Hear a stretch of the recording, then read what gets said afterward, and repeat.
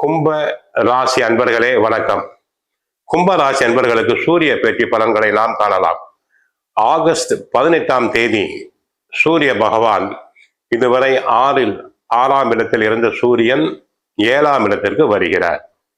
தங்கள் ராசியில் ராகு இருக்கிறார்.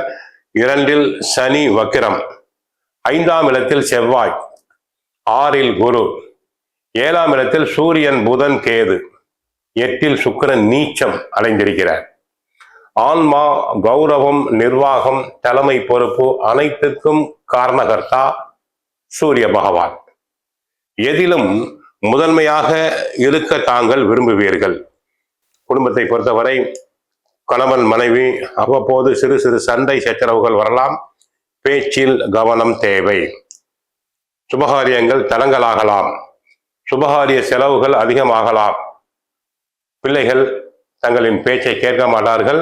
சற்று விட்டு பிடிக்க வேண்டும். குடும்பத்தில் 3ஆம் நபர்களின் தலையீட்டினை ஒதுக்குதல் வேண்டும். பொருளாதாரத்தில் எதிர்பாராத வகையில் திடீரென செலவுகள் வரலாம். கடன் வாங்க வேண்டி வரலாம். ஏற்கனவே தங்களுக்கு 7 சனியில் 2ஆம் இடத்தில் சனி, குடும்ப சனி நடந்து கொண்டிருக்கிறது. பணம் கடன் வாங்க வேண்டாம், கொடுக்க வேண்டாம், ஜாமீன் தருதல் கூடாது. உத்தியோகத்தை பொறுத்தவரை உழைப்பு அதிகம்.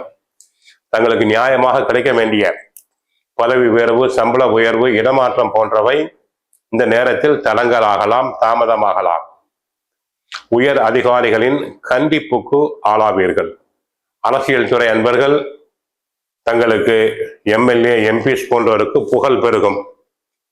கட்சிக்குள் தங்களின் ஆலோசனைகள் ஏற்கப்படும். புது கட்சியில் சேர விரும்புபவர்கள் தாராளமாக சேரலாம். நல்ல பதவிகளை பெறுவீர்கள். தங்களுக்கு மதிப்பு, மரியாதை, செல்வாக்கு, செல்வம் அனைத்தும் அதிகரிக்கும். தொழில் வியாபாரத்தை பொறுத்தவரை சூரியன் சம்பந்தப்பட்ட தொழில், பொன், முலாம், பூச்சு, மருத்துவ பொருட்களை விற்போருக்கு நல்ல லாபம் பெருகும். நீதிபதிகள், டாக்டர்ஸ் போன்றவருக்கு தங்கள் துறையில் பல வரவுகள் அதிகம் உண்டு. டாக்டர்ஸ் கைராசியான டாக்டர் என பெயர் எடுப்பர். மற்றபடி பிறப்பு ஜாதகத்தில் சூரியன் நீச்சம் அடைந்தவர்கள் மட்டும் சிவன் கோவிலுக்கு சென்று ஒரு பரிகாரம் செய்து கொள்ளுங்கள்.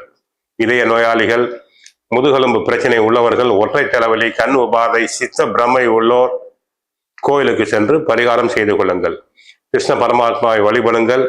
வீட்டில் தினமும் சுந்தரகாண்டம், பகவத்கீதை பாராயணம் செய்யுங்கள். வாழ்க வளமுடன், மங்களம் உண்டாகட்டும். ஹரே கிருஷ்ணா, ஹரே கிருஷ்ணா, ஹரே கிருஷ்ணா.